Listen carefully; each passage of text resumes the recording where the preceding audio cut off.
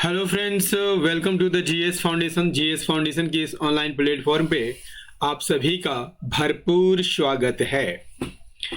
आज के सेशन में हम लोग करने वाले हैं इंडियन पॉलिटी और इंडियन पॉलिटी के टॉप 25 एमसीक्यू यहाँ पर देखेंगे विथ फुल एक्सप्लेनेशन। तो वीडियो को आप आखिरी तक अवश्य देखिएगा। यदि वीडियो अच्छी लगे तो एक लाइक कीजिएगा, इसे अपने दोस्तों के साथ शेयर कीजिएगा। और यदि आप भी इस चैनल पर नए हैं और अभी तक चैनल को सब्सक्राइब नहीं किया है तो इसे जरूर सब्सक्राइब कर लीजिएगा। बेल आइकन को प्रेस करना मत भूलिएगा।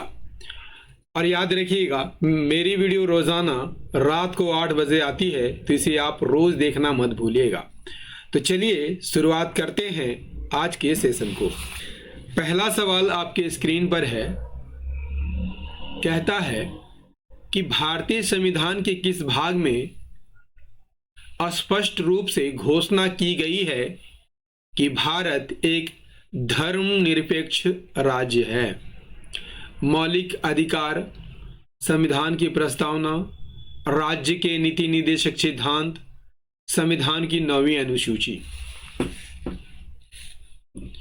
भारतीय संविधान के किस भाग में स्पष्ट रूप से घोषणा की गई है कि भारत एक धर्मनिरपेक्ष राज्य है? सही आंसर हो जाएगा, संविधान की प्रस्तावना में घोषणा की गई है। भारतीय संविधान में भारत को एक धर्मनिरपेक्ष राज्य घोषित करने की स्पष्ट घोषणा संविधान की प्रस्तावना में की गई है। 1976 के 42वें संविधान संशोधन के द्वारा धर्मनिरपेक्ष शब्द को संविधान में जोड़ा गया है और यह बताता है कि राज्य का कोई आधिकारिक धर्म नहीं है और सभी धर्मों का सम्मान मिलता है। 1976 के 42वें संविधान संशोधन द्वारा 3 शब्द संविधान में जोड़े गए थे: समाजवादी, धर्मनिरपेक्षता, एकता और अखंडता। अगले सवाल की ओर बढ़ते हैं। निम्नलिखित में कौन सी विशेषता भारतीय संघ और अमेरिकी संघ दोनों में साझी है? एकल नागरिकता, दोहरी नागरिकता, संविधान में 3 सूचियां, संविधान की व्याख्या के लिए संघीय उच्चतम न्यायालय। देखिए, भारतीय संघ और अमेरिकी संघ में जो समानता है ऑप्शन डी में है। संविधान की व्याख्या के लिए संघीय उच्चतम न्यायालय की व्यवस्था दोनों जगह के संविधान करते हैं। भारतीय संघ और अमेरिकी संघ दोनों में साझा विशेषता है, वो है संविधान की व्याख्या के लिए संघीय उच्चतम न्यायालय। क्योंकि दोनों देशों में एक सर्वोच्च न्यायालय है जो संविधान की व्याख्या करता है और उसके सिद्धांतों को बनाए रखता है। आइए बढ़ते हैं अगले सवाल की ओर। अगला सवाल है, भारत का संविधान मान्यता प्रदान करता है केवल धार्मिक अल्पसंख्यकों को, केवल भाषाई अल्पसंख्यकों को, धार्मिक एवं भाषाई अल्पसंख्यकों को, धार्मिक, भाषाई एवं निरी जातीय अल्पसंख्यकों को? यहां सही आंसर क्या हो जाएगा?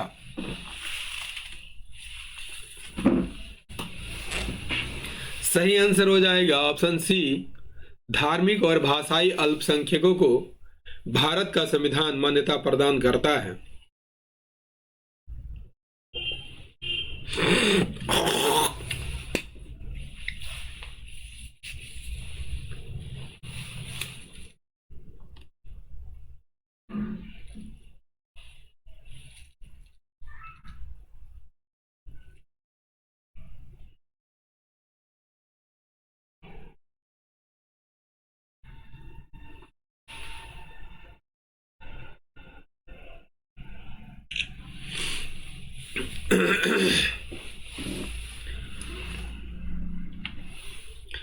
भारत का संविधान मुख्य रूप से धार्मिक एवं भाषाई अल्पसंख्यकों को मान्यता प्रदान करता है। विशेषकर अनुच्छेद 29 और 30 के माध्यम से जो उन्हें अपनी भाषा, लिपि, संस्कृति की रक्षा करने और शैक्षणिक संस्थान स्थापित करने का अधिकार देते हैं। अगला सवाल कर लेते हैं, किस राज्य के आरक्षण विधेयक को 9वीं अनुसूची में सम्मिलित किया गया है? तमिलनाडु, कर्नाटक, उत्तर प्रदेश, ओडिशा। किस राज्य के आरक्षण विधेयक को 9वीं अनुसूची में सम्मिलित किया गया है? राइट आंसर हो जाएगा तमिलनाडु के आरक्षण विधेयक को 9वीं अनुसूची में सम्मिलित किया गया है। तमिलनाडु एक मात्र ऐसा राज्य है जिसने शैक्षणिक संस्थानों और नौकरियों में 69% आरक्षण लागू किया है। ये आरक्षण 76वें संविधान संशोधन के माध्यम से 9वीं अनुसूची में डाला गया है। 9वीं अनुसूची की बात करते हैं तो ये एक ऐसी सूची है जो कुछ कानूनों को न्यायिक समीक्षा से बचाती है ताकि उन्हें रद्द न किया जा सके, जैसा कि 1992 में सुप्रीम कोर्ट के फैसले के बाद तमिलनाडु ने किया था। आइए बढ़ते हैं अगले सवाल की ओर।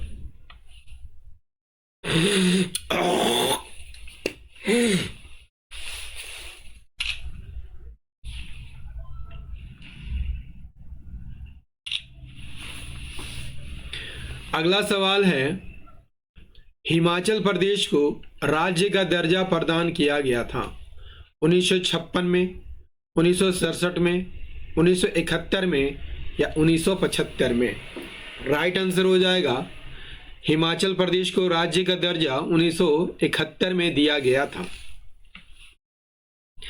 25 जनवरी 1971 को हिमाचल प्रदेश भारतीय संघ का 18वां राज्य बना था।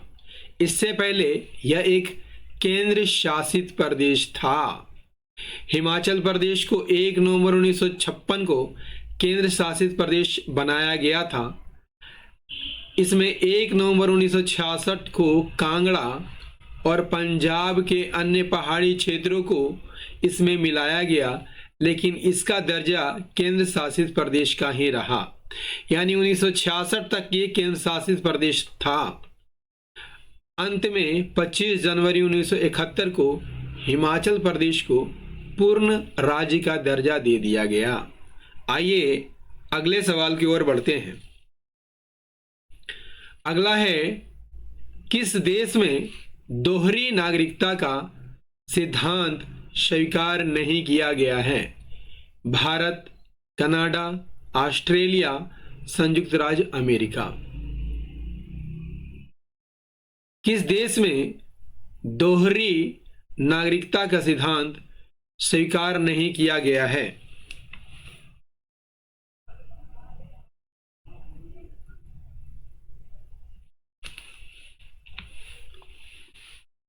राइट आंसर हो जाएगा भारत में दोहरी नागरिकता का सिद्धांत स्वीकार नहीं किया गया है।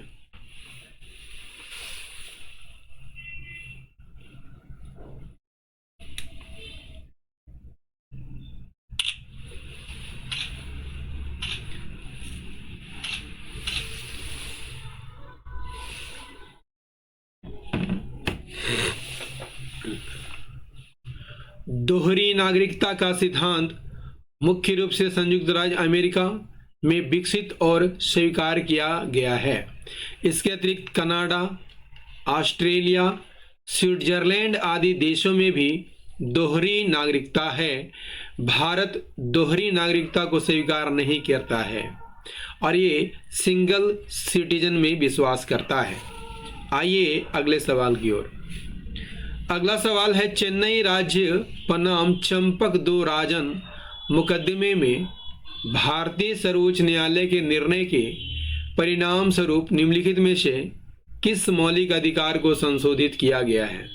विधि के समक्ष समानता का अधिकार, भेदभाव के विरुद्ध अधिकार, अस्पृश्यता के विरुद्ध अधिकार, विचार एवं अभिव्यक्ति की स्वतंत्रता का अधिकार। किस मौलिक अधिकार को संशोधित किया गया है? राइट आंसर हो जाएगा ऑप्शन बी, भेदभाव के विरुद्ध अधिकार को संशोधित किया गया है।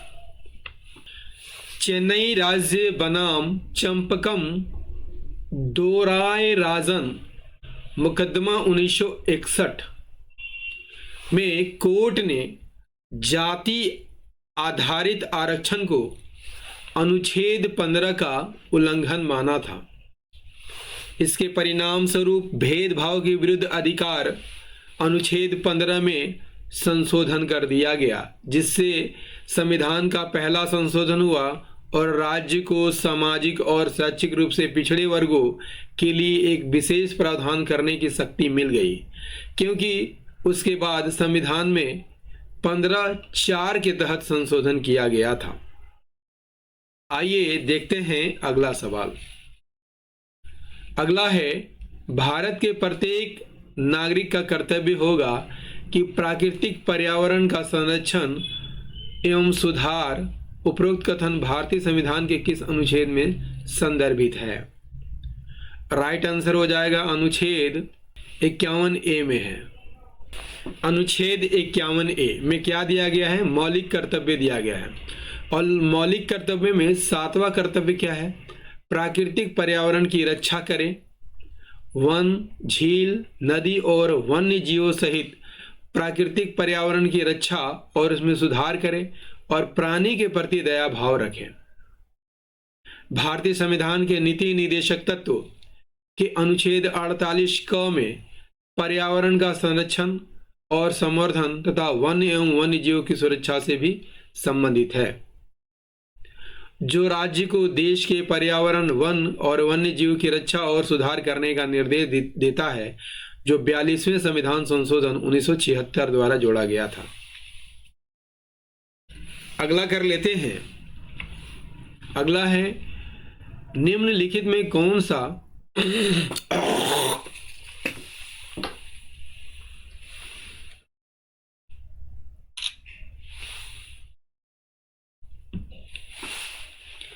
एक मौलिक कर्तव्य नहीं है?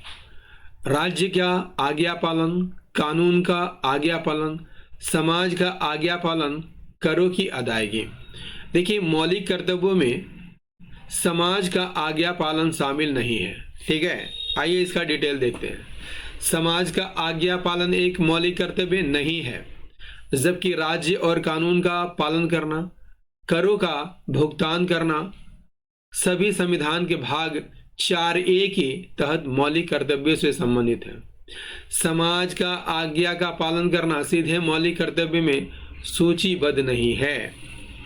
नेक्स्ट है, भारत का राष्ट्रपति होता है भारत का वास्तविक शासक, राज्य का संवैधानिक अध्यक्ष, राज्य और सरकार का अध्यक्ष, बहुमत दल का नेता। देखिए, भारत का राष्ट्रपति राज्य का संवैधानिक अध्यक्ष होता है। राज्य से तात्पर्य यहां राष्ट्र से है। भारत का राष्ट्रपति राज्य का संवैधानिक अध्यक्ष होता है। भारत में संसदीय प्रणाली होने के कारण राष्ट्रपति नाम मात्र का कार्यकारी प्रमुख होता है, जबकि वास्तविक कार्यकारी शक्तियां प्रधानमंत्री और मंत्री परिषद के पास होती है। नेक्स्ट क्वेश्चन कर लेते हैं। नेक्स्ट है, किसी भारतीय राज्य के राज्यपाल से संबंधित निम्नलिखित में कौन सा कथन सही नहीं है?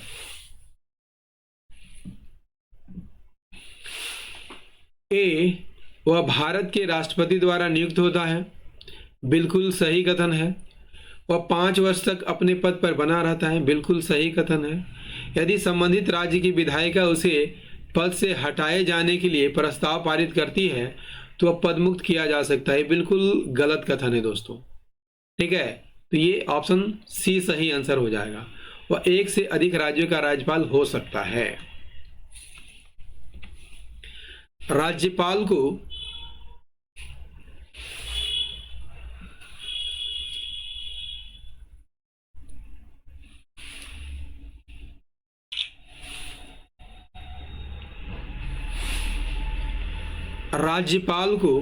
राज्य विधायिका द्वारा नहीं बल्कि राष्ट्रपति द्वारा हटाया जाता है और वह राष्ट्रपति की प्रसन्नता यानी प्लेजर ऑफ द प्रेसिडेंट, इसे प्रसाद पर्यंत भी कहा जाता है, तक पद पर बना रहता है। राइट।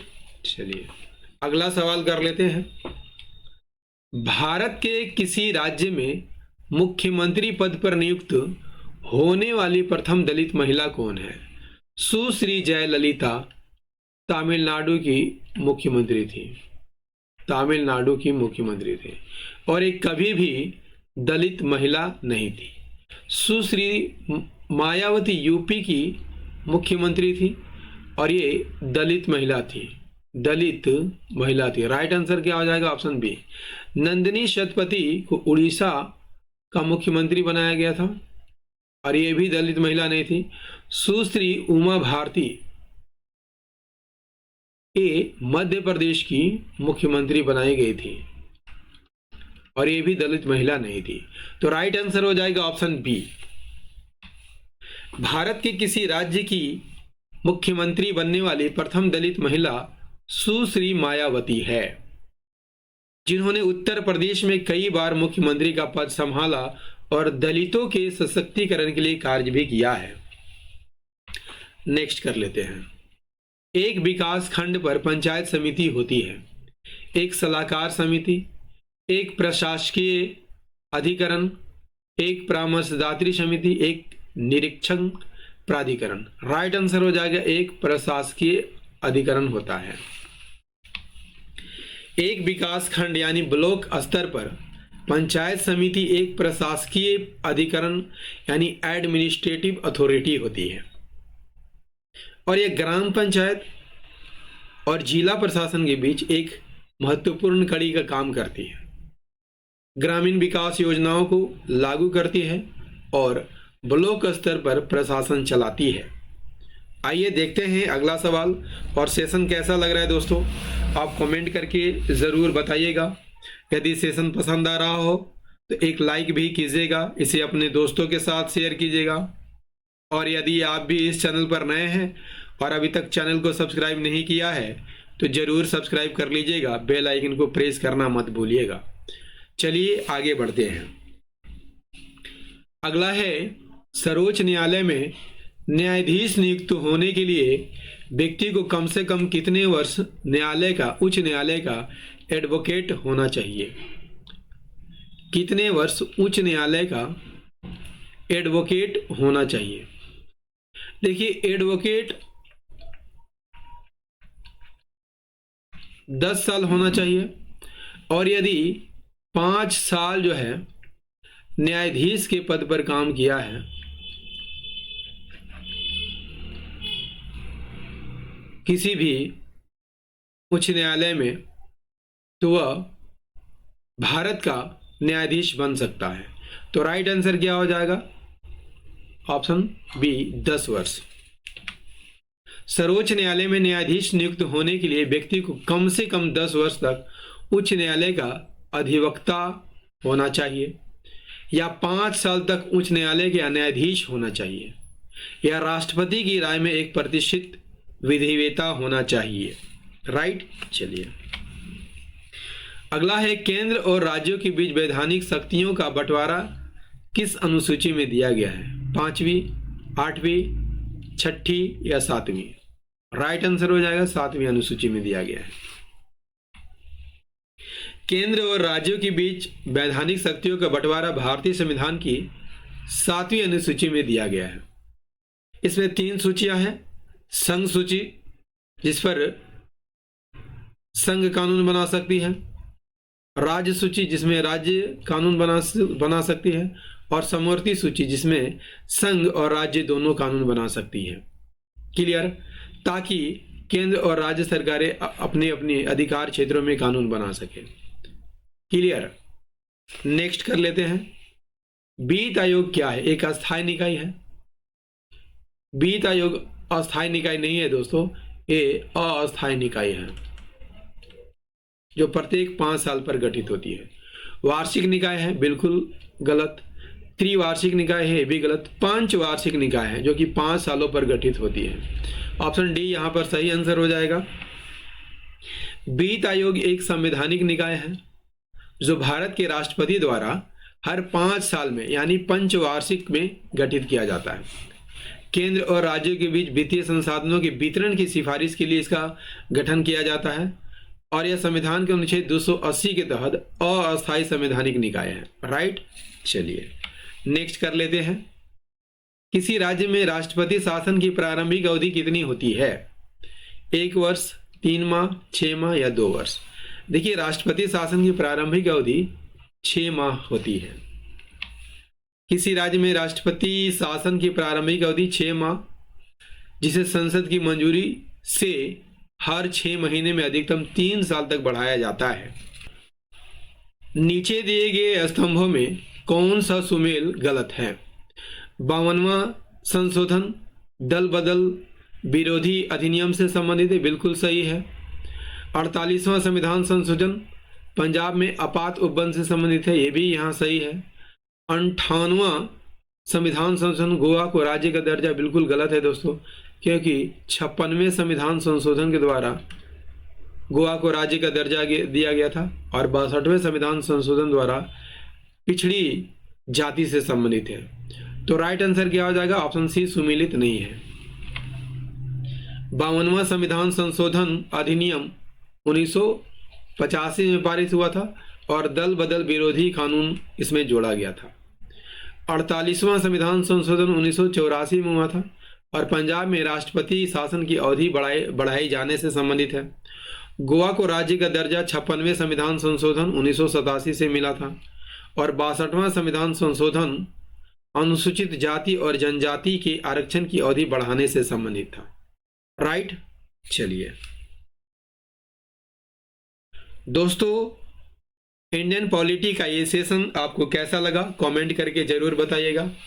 यदि सेशन पसंद आया हो तो एक लाइक कीजिएगा, इसे अपने दोस्तों के साथ शेयर कीजिएगा और यदि आप भी इस चैनल पर नए हैं और अभी तक चैनल को सब्सक्राइब नहीं किया है, जरूर सब्सक्राइब कर लीजिएगा, बेल आइकन को जरूर प्रेस कर लीजिएगा।